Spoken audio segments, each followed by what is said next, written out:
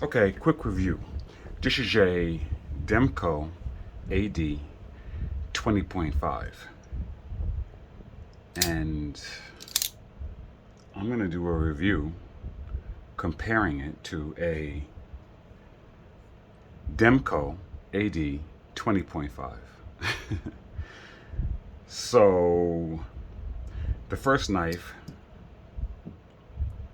in the review is an authentic 20.5, but it has an aftermarket scales, whereas this folder has this is the titanium factory Demko. Clearly, looking at them before we even get into the review, the obvious elephant in the room is the huge pivot bolt that they used with the factory version. And I believe, in my opinion, it looks absolutely outstanding. I love the fact that it's a small knife with a huge bolt. I like, for the most part, overbuilt things anyway. So let's get into some measurements, get the maintenance out of the way. They are the same length, no question about that.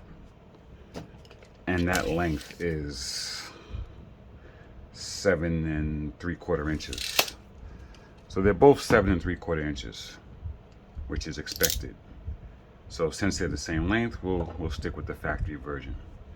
We're going to compare it to three knives that I'm going to be using for my comparisons, because I like using these knives for comparisons. One is the Sage 5.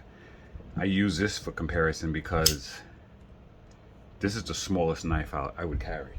The smallest knife I do carry, pretty much. So, as you can see, this knife is bigger than a Sage 5, right? Ironically, it's not that much bigger, but it's a little bigger. A little longer blade, a little bigger, not much. Same realm. Love the Sage 5 because if you come up on the finger choil, I can get all 4 fingers on it. So small knife, but it can still, get a lot of fingers on it. The next knife we'll compare it to is the PM2, of course, one of my favorite knives ever made. And as you can see, the PM2 is a bigger knife. Bigger handle, longer blade, just overall bigger knife.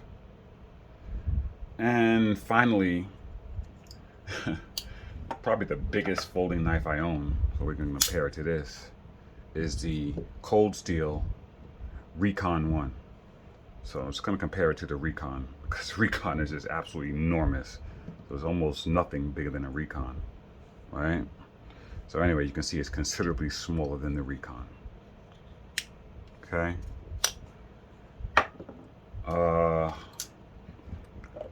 Okay, so let's see, where do we go from here?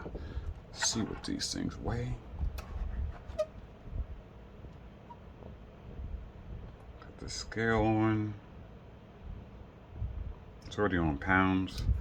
So the factory titanium version comes in at 4.3 ounces, and the aftermarket 20.5 comes in at 4.9 ounces. 6 ounces, half an ounce, a little bit more than a half ounce heavier.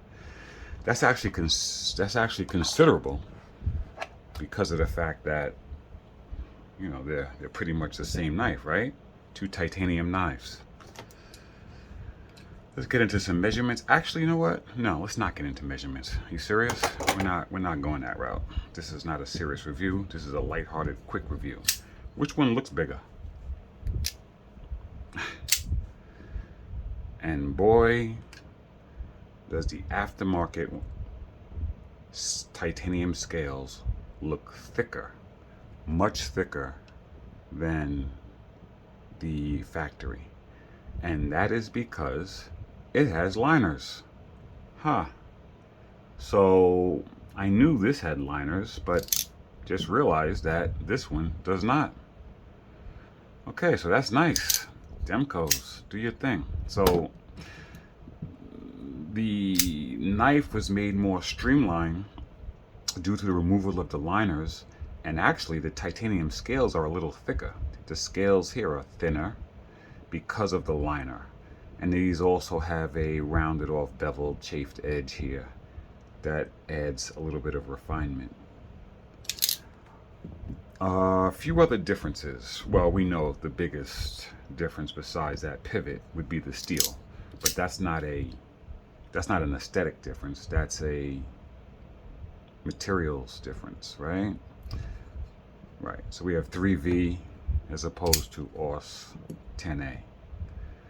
I'm not going to get into that too much. OS 3V is not a stainless steel. For those of you that don't know, right? It's a tool steel. I think it's got, guys can correct me if I'm wrong, 7 or 8%. I believe it's under 10% chromium, but it does have chromium, so it's not going to just rust on you immediately, but it's not a true stainless steel. Okay? So the aftermarket liner, the aftermarket scales are considerably heavier. We have the OS 10A, which is the stainless, and the huge pivot bolt. Aside from that, oh, and what do we have here? We have the backspacer. So this particular knife on mine, I put a backspacer, and this came with standoffs. That actually contributes to the weight also. So, and visually, when you look at them, I would say that these scales look a little more streamlined. Just to the eye. Lining them up and checking the height, they feel exactly the same height, but that would only mean that the distance from here to here is the same. It looks thinner through the body. And actually, holding it in hand, oh, absolutely.